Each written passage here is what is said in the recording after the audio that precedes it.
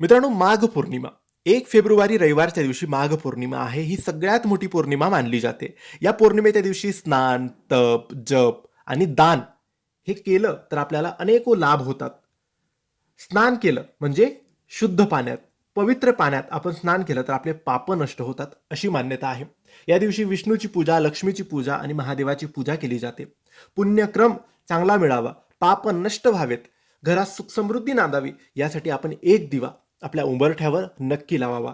हा दिवा तुपाचा, तेलाचा, मातीची पंती, स्टीलचा, तांब्याचा, पितळाचा, कापसाची वाट टाकून कोणताही कसाही दिवा तुम्ही घेऊ शकता. संध्याकाळी 6:30 किंवा 7 वाजेच्या दरम्यान जेव्हा आपण देवपूजा करतो त्यावेळेस हा दिवा प्रज्वलित करायचा आहे आणि आपल्या उंबरठ्यावर ठेवायचा आहे.